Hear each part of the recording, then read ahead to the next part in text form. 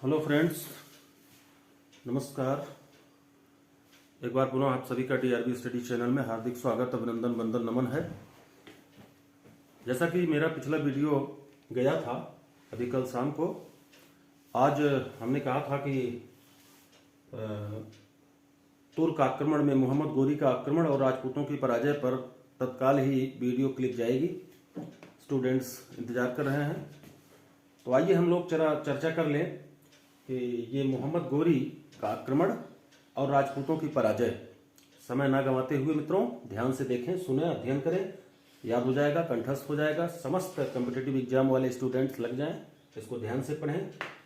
तो मित्रों, महमूद गजनवी के बाद हम देख रहे हैं कि ये अफगानिस्तान का जो बेल्ट है, यहाँ पर गोर एक पहाड़ी इलाका था जिस पर मोहम्मद गोरी का आधिपत्य हो जाएगा और ये उस पर अधिकार करने के पश्चात ये भारत की तरफ रुख करेगा।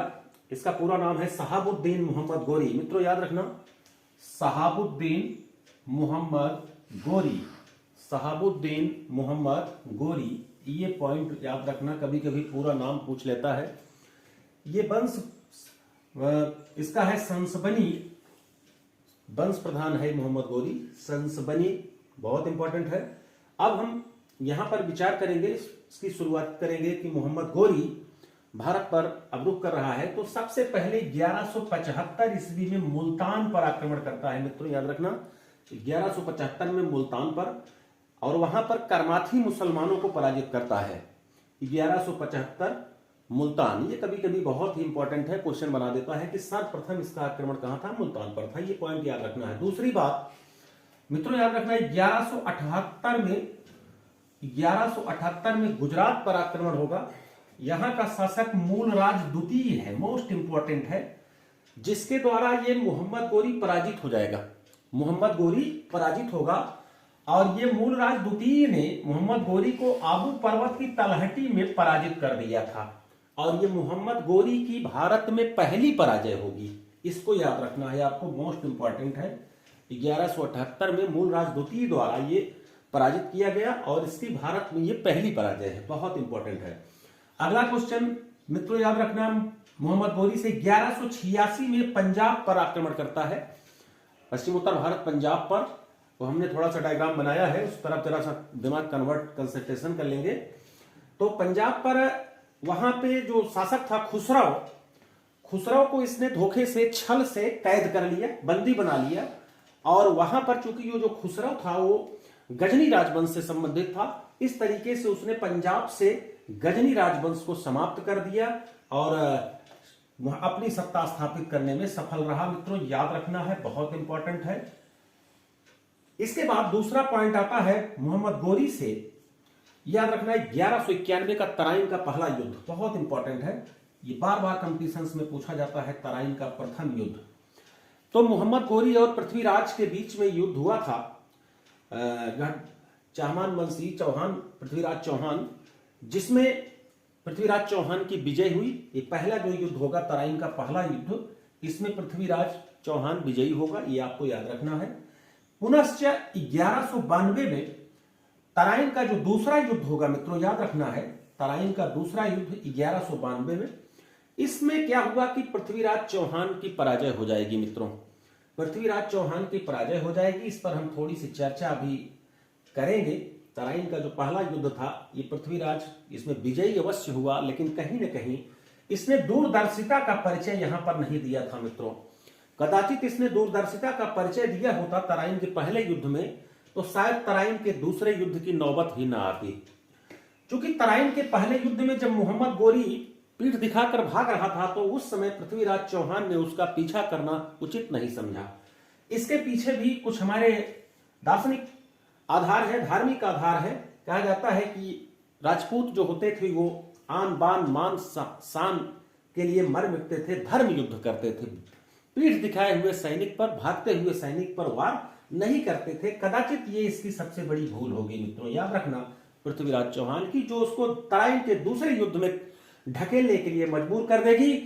और चूंकि उसको समय मिल जाता है मोहम्मद गोरी को, वो 1 साल बाद पुनः अपनी स्थिति सुदृढ़ करके, सैनिक संगठन को सुदृढ़ करके 1192 में तराइन के दूसरे युद्ध में पुनः हाजिर होता है और यहां पर पृथ्वीराज चौहान को पराजित कर तुर्की राजवंश की स्थापना कर देता है। मित्रों याद रखना है, पृथ्वीराज चौहान को पराजित कर दिया। अभी इस पर हम जब चहमान वंश की बात करेंगे तो पृथ्वीराज चौहान का डिक्लेरेशन से पूरा हम चर्चा करेंगे। अभी तो ये तुर्क आक्रमण की चर्चा है, स्टूडेंट्स की डिमांड थी तो अरब आक्रमण, तुर्क आक्रमण और राजपूतों की पराजय के लिए हमने पॉइंट्स तैयार किए हैं। बाकी एक एक राजवंश पर हम डिक्लेरेशन से चर्चा करेंगे, सबको विधिवत बताएंगे। मित्रों याद रखना है, तो यहां पर पराजित हो गया और तुर्की राज्य की स्थापना हो गई। तीसरा पॉइंट अगला इससे आता है 1193 दिल्ली, बहुत इंपॉर्टेंट याद रखना इस चीज को। दिल्ली की स्थापना अनंगपाल तोमर, कभी कभी क्वेश्चन बना देता है कि दिल्ली की स्थापना किसने किया था, तो याद रखना अनंगपाल तोमर, तोमर वंश के शासकों ने किया था, अनंगपाल तोमर ने। और ये 12वीं शताब्दी ईस्वी की बात है। अनंगपाल तोमर बहुत इंपॉर्टेंट है, अनंगपाल तोमर याद रखना। तोमर वंश जिसने दिल्ली की स्थापना किया था, इसका प्राचीन नाम बहुत है, ढिल्ली है, योगनीपुरम है, तरह तरह के नाम है, उस पर भी हम चर्चा करेंगे, दिल्ली स्पेशल टॉपिक बनाएंगे। तो इस समय 1193 में क्या हुआ कि तुर्की जो गोरी राजवंश है, मोहम्मद गोरी की राजनीतिक गतिविधियों का केंद्र बन गई दिल्ली 1193 में, ये याद रखना आपको। 1194 में चंदावर का युद्ध होगा मित्रों, याद रखना, ये भी इंपॉर्टेंट है। यहां पर राजा जयचंद को राजा के नाम से भी घोषित किया जाता था, ये राजा जयचंद के नाम से विख्यात थे। इनके बारे में भी हम चर्चा करेंगे। गढ़वाल वंश में कदाचित इनका जो सहयोग रहा है वो किसी से अनभिज्ञ नहीं है, ये एक प्रकार से गद्दार किस्म के शासक होंगे जो धोखा करेंगे पृथ्वीराज चौहान के साथ। इनकी धोखाधड़ी का परिणाम होगा तराइन का दूसरा युद्ध, जिसमें पृथ्वीराज चौहान पराजित होंगे। इनकी भी बातों पर हम डिक्लेरेशन से चर्चा करेंगे। इनकी पुत्री थी संयोगिता, जिससे पृथ्वीराज चौहान ने विवाह कर लिया था, उनको उठा लिया था, उठाने के बाद विवाह कर लिया था, प्रेम विवाह। मित्रों हम इस पर चर्चा करेंगे, इनके वंश में जब अलग से पढ़ाएंगे आपको, तो कदाचित उसी के द्वेष से ये जो है पृथ्वीराज चौहान के खिलाफ थे। आगे देखें, 1206 मोस्ट इंपॉर्टेंट डेट है, याद रखना, इसमें गोरी की मृत्यु होगी, मोहम्मद गोरी। मित्रों 1206 ईस्वी में गोरी की जब मृत्यु हो जाती है खोखरों द्वारा, ये सिंध के आसपास मार दिया जाता है, तो यहाँ पर अपने साथ में, चूंकि हमने आपको बताया कि ये बहुत सारे गुलाम लेके आया था, जिसमें कुतुबुद्दीन ऐबक और बख्तियार खिलजी प्रमुख थे। तो कुतुबुद्दीन ऐबक को यहाँ की सत्ता सौंप करके वो वापसी करेगा और कुतुबुद्दीन ऐबक यहाँ पर गुलाम वंश की नींव डालेगा और इस तरीके से दिल्ली सल्तनत की स्थापना होगी। दिल्ली सल्तनत 1206 से 1526 ईस्वी तक और 1526 से लेकर के 1707 ईस्वी तक औरंगजेब की मृत्यु के समय तक ये मुगल काल हो जाएगा। 1707 के बाद उत्तर मुगल आ जाएंगे। मित्रों याद रखना इस चीज को, हम आगे चर्चा करेंगे भारतीय इतिहास में। यहाँ पर देखते हैं कि जिस प्रकार से मोहम्मद गोरी ये सैनिक विजेता भी था, दिग्विजय विजेता के साथ साथ ये पॉलिटिशियन भी था, राजनीतिक भी था। और इसने क्या काम किया कि भारतीयों को लुभाने के लिए जब जो सिक्के जारी किए थे, उन सिक्कों पर एक तरफ कलमा खुदवाया, दूसरी तरफ लक्ष्मी की आकृति उत्कीर्ण करवाया था। मित्रों इस बात को याद रखना है, कभी कभी ऑब्जेक्टिव्स में पूछ लेता है कि किसके सिक्कों पर लक्ष्मी की आकृति खुदी हुई है, तो आपको याद रखना है मोहम्मद गोरी के सिक्कों पर। तो मित्रों एक चीज और याद रखना है कि भारत में कागज का प्रयोग पहली बार ये मुसलमानों द्वारा किया गया था, मोस्ट इंपॉर्टेंट पॉइंट होगा। और एक इतिहासकार है बुलजले हेग, ये जिन्होंने अरबों की विजय को एक आकस्मिक कथा मात्र बताया है। ये इंपॉर्टेंट कथन है, कभी कभी पूछ लिया जाता है कि अरबों ने जो भारत पर विजय प्राप्त किया था एक आकस्मिक मात्र कथा है, ये आपको इंपॉर्टेंट है, याद रखना है। तो मित्रों एक बार रिकॉल कर लेते हैं। शहाबुद्दीन मोहम्मद गोरी, ये सनसबनी वंश का, 1175 में मुल्तान पर पहली बार आक्रमण कर माथी मुसलमानों को पराजित किया। दूसरा आक्रमण 1178 ईस्वी गुजरात मूलराज द्वितीय द्वारा स्वयं पराजित हुआ और आबू पर्वत की तलहटी में ये पहली पराजय होगी मोहम्मद गोरी की। मित्रों 1186 पंजाब में आक्रमण करता है, खुसरो को छल से कैद करके वहां पर गजनी राजवंश को समाप्त कर देता है। 1191 में तराइन के पहले युद्ध में पृथ्वीराज चौहान के द्वारा पराजित होता है। 1192 में तराइन का दूसरा युद्ध होता है, जिसमें पृथ्वीराज चौहान को ये पराजित कर देता है, मित्रों याद रखना है, और तुर्की राज्य की स्थापना कर देता है भारत में। 1193 ईस्वी बहुत इंपॉर्टेंट है, दिल्ली इसकी राजनीतिक गतिविधियों का केंद्र बिंदु बन जाएगी। 1194 में चंदावर के युद्ध में इसने राजा जयचंद को पराजित कर दिया, मित्रों याद रखना है। 1206 में खोखरों द्वारा सिंध के आसपास इसकी मृत्यु हो जाएगी और कुतुबुद्दीन ऐबक भारत में गुलाम वंश की स्थापना करेगा 1206 ईस्वी में। इसके सिक्कों पर एक तरफ कलमा, दूसरी तरफ लक्ष्मी की आकृति है। मित्रों याद रखना है, अलबरूनी ने ताकीके हिंद लिखा, जिसको 11वीं सदी का भारत का दर्पण कहा जाता है। मित्रों इस चीज को याद रखना है, 11वीं सदी के इतिहास के बारे में डिक्लेरेशन से चर्चा है। बुल्जरे हेग इतिहासकार हैं जिन्होंने अरबों की विजय को एक आकस्मिक कथा मात्र बताया है। ये इतना कथन आपको याद रखना है। दूसरा पॉइंट हम आपको क्लियर कर दें मित्रों कि अब राजपूतों की पराजय के क्या कारण थे। चूंकि मोहम्मद गोरी के आक्रमण ने, तराइन के दूसरे युद्ध ने भारत के इतिहास की दिशा और दशा दोनों बदल करके रख दिया था। मित्रों कदाचित ये द्वितीय युद्ध ना होता और तो भारत का इतिहास कुछ और होता। तो हम आते हैं कि देखते हैं कि राजपूतों की पराजय के क्या कारण है। लॉन्ग क्वेश्चन में उठा लेता है मित्रों, बहुत ही इंपॉर्टेंट है। तो हमारे जो टॉपिक्स थे वो हमने अरब आक्रमण, तुर्क आक्रमण को क्लियर कर दिया है और राजपूतों की उत्पत्ति के बारे में हमने डिक्लेरेशन से लाइव क्लास में पढ़ा दिया है। अब राजपूतों की पराजय के क्या कारण है, इसके बाद हम आपको एंशिएंट हिस्ट्री के वो टॉपिक्स लेके आएंगे जो बीच में हमारे छूटे हुए हैं, जहां से हम चर्चा कर रहे थे बिंबिसार से लेकर के नंद वंश तक मगध के उत्कर्ष में योगदान। और उसके बाद हम आगे टॉपिक में चर्चा करेंगे विभिन्न प्रकार के धर्मों पर, 6वीं शताब्दी ईसा पूर्व की धार्मिक आंदोलन पर। तो आइए हम देखते हैं राजपूतों की पराजय के क्या कारण है। तो राजपूत आखिर पराजित क्यों हुए, इसके कुछ खास कारणों को मैं इंडिकेट किया हूं। ये 5, 6, 7 हेडिंग आपको बनाना है और बहुत ही इंपॉर्टेंट होगा। सबसे पहली बात है तो राजनीतिक एकता का अभाव। जिस समय तुर्क आक्रमण हुए भारत में मोहम्मद गोरी के या महमूद गजनवी के, उस समय भारत की राजनीतिक एकता में अभाव था, अर्थात केंद्रीय शक्ति का अभाव था। कोई इस प्रकार का भारत में शासक नहीं था जो एक केंद्रीय सत्ता स्थापित करता।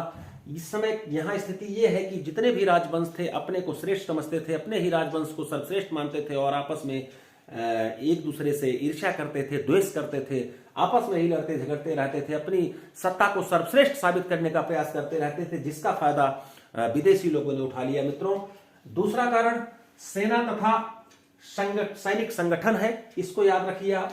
भारतीय जो सेनाएं थी, जो राजपूतों की सेनाएं थी, एक प्रकार से चूंकि उस समय सामंती वाली बात थी, सामंती सेनाएं थी, ये राजा के समय साथ में वो सामंत लोग अपनी सेनाएं लेकर के आते थे, लड़ने पर बहुत ध्यान दे रहे थे। सेना में आधुनिक सुख सुविधाएं नहीं थी भारतीयों के पास, इसके विपरीत तुर्कों के पास आधुनिकतम बर्छी, तलवार, भाले और तीर। सबसे बड़ी बात है कि तीर चलाने में माहिर थे ये तुर्की सैनिक, और ये घुड़सवारी में भी नंबर 1 पर हुआ करते थे। जबकि भारतीयों की जो सेना थी उसमें ज्यादातर हाथी, पैदल इस प्रकार के सैनिक हुआ करते थे। तो इनके आधुनिक जो तकनीकी से इनका पूरा ज्ञान नहीं था, इस प्रकार से इनकी सैनिक संगठन भी इनको मात देने में काफी योगदान कर गई।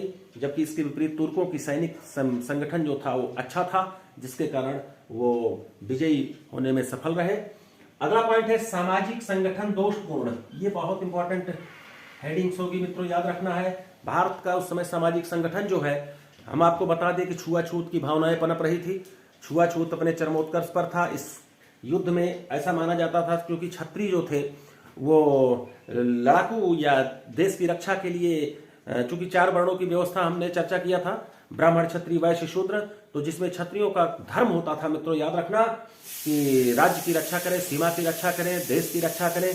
तो इससे बहुत सारे समाज के वर्ण जो थे वो इस युद्ध से दूर रहते थे। तो उनके मन में ये भावना बनती थी कि मेरा तो काम ही नहीं है, ये क्षत्रिय लोग जाने, तो क्षत्रिय ही युद्ध करते थे। बहुत सारा इसका वर्ग जो है युद्ध से वंचित रह गया। इस प्रकार से हम कह सकते हैं कि सामाजिक जो संगठन था वो दोषपूर्ण था। जो छुआछूत की भावनाएं वगैरह थी, तो इसमें बहुत सारे लोग थे, उनसे ये मतलब ही नहीं रखते थे कि कौन हार रहा है, कौन जीत रहा है, हम तो वैसे ही दूर हैं समाज से। तो इस प्रकार की भावना ने जो है कहीं न कहीं राजपूतों की पराजय के कारण में अपना योगदान प्रदान किया। चूंकि राजपूतों से ही युद्ध करना पड़ा तुर्कों को, उनको भारत की संपूर्ण जनता से युद्ध करना नहीं पड़ा। तो ये भी कहीं न कहीं एक बहुत महत्वपूर्ण कारण है राजपूतों की पराजय का। अगला पॉइंट मित्रों याद रखना, भाग विवाद, अंधविश्वास। ये बहुत इंपॉर्टेंट है। देखते हैं कि जब सोमनाथ पर आक्रमण हुआ था महमूद गजनवी का, तो वहां पर भाग्य पर कोसते रह गए वहां के पंडा पुरोहित राजा कि इस भगवान शंकर में शक्ति होगी तो स्वयं ही जो है महमूद गजनवी पराजित हो जाएगा, मार दिया जाएगा। इस प्रकार के तरह तरह के भाग्य को कोसते रह गए।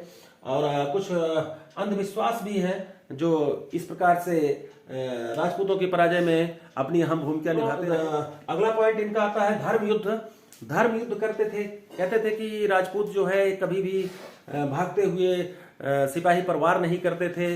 दूसरी चीज, समय के पाबंद थे, ये घायल सिपाही पर या घायल सैनिक पर वार नहीं करते थे, पीठ दिखाए हुए सैनिक पर वार नहीं करते थे, जिसका दुष्परिणाम आप देख रहे हैं। जब 1191 ईस्वी के तराइन का पहला युद्ध होगा, मोहम्मद गोरी भाग रहा है पीछे से पीठ दिखा करके, तो उस समय चाहते तो पृथ्वीराज चौहान उसको बंदी बना सकते थे, उसकी मृत्यु कर सकते थे, तमाम काम कर सकते थे। 1192 का तराइन युद्ध होने की नौबत नहीं आती, किंतु अपने धर्म युद्ध के कारण जो है उसको दोबारा मौका मिल गया और तराइन का दूसरा युद्ध हुआ। तो ये कहीं न कहीं धर्म की बात भी राजपूतों की पराजय के कारण में अपना अहम योगदान प्रदान करेगी। मित्रों, उसके बाद आपको बता दें कि अगला जो पॉइंट बनता है जेहाद एक ऐसा शब्द है, ये धर्म पर जैसे मर मिटने वाली बात होती है। तो जो क्या कहते हैं तुर्क सैनिक थे, जब वो कभी ऐसी तमाम बातें आई जहां पर वो अपने को ऐसा महसूस करने लगे थे कि कदाचित हम हार सकते हैं, तो उन्होंने बीच बीच में ये जिहाद का नारा दिया।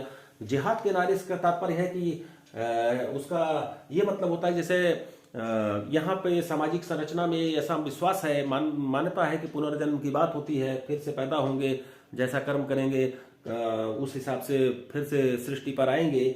जबकि यहाँ पर ये बात नहीं है, इनके यहाँ ये है कि पुनर्जन्म से कोई मतलब लेना देना नहीं है और जो कुछ है यही है, तो आए हैं युद्ध के लिए, जिहाद पर मर मिटेंगे। अर्थात ये पूरी दृढ़ शक्ति लगा करके, पूरी इच्छा शक्ति लगा करके या तो विजय होगी या तो मृत्यु होगी, इस प्रकार से इनके अंदर एक जोश पैदा हो जाता था और ये युद्ध में शरीक होते थे और कहीं न कहीं ये जिहाद भी इनके विजय का कारण बनेगा। अगला मित्रों याद करना है आपको, जो राजपूतों की पराजय का एक महत्वपूर्ण कारण है विलासितापूर्ण जीवन। ये राजपूत शासक जो होते थे, आप बहुत ही भोगी विलासी किस्म के होते थे। बहुत सारी रानियां बहुविवाह करते थे और उसी भोग विलास में लिप्त रहते थे। मदिरापान, तरह तरह की विलासितापूर्ण जीवन व्यतीत करते रहते थे। राज्य की रक्षा या देश में क्या कहते हैं सारे राजाओं को आपस में मिला करके एक सुदृढ़ सैनिक संगठन की व्यवस्था करने में अक्षम रहे और आपस में ही एक दूसरे से जलते रहे, लड़ते रहे, कटते रहे, जिसका फायदा निश्चित रूप से ये भारत में विदेशियों ने उठाया और भारत को विजित करने का प्रयास किया और अंततोगत्वा सफल भी रहे। तो कहावत भी है कि घर का भेदी लंका डाह, राजा जयचंद की बात होगी, हम इस पर भी चर्चा करेंगे। गढ़वाल वंश में जब चलेंगे तो आपसे मित्रों इस पर बहुत विस्तृत रूप से चर्चाएं होंगी। तो आज का ये जो टॉपिक है निश्चित रूप से आपको अच्छा लगा होगा और समझ में भी आएगा। मेरा लेक्चर ध्यान से सुनिएगा, निश्चित रूप से कंठस्थ हो जाएगा, एग्जाम को आप क्रैक कर जाएंगे। किसी प्रकार का तनाव ना लें मित्रों और धैर्य रखें, साहस रखें। मार्ग कठिन जरूर है लेकिन सफल अवश्य होंगे, इस बात से तनिक भी संकोच ना करें। डटे रहें, स्वस्थ रहें, व्यस्त रहें, मस्त रहें। धन्यवाद।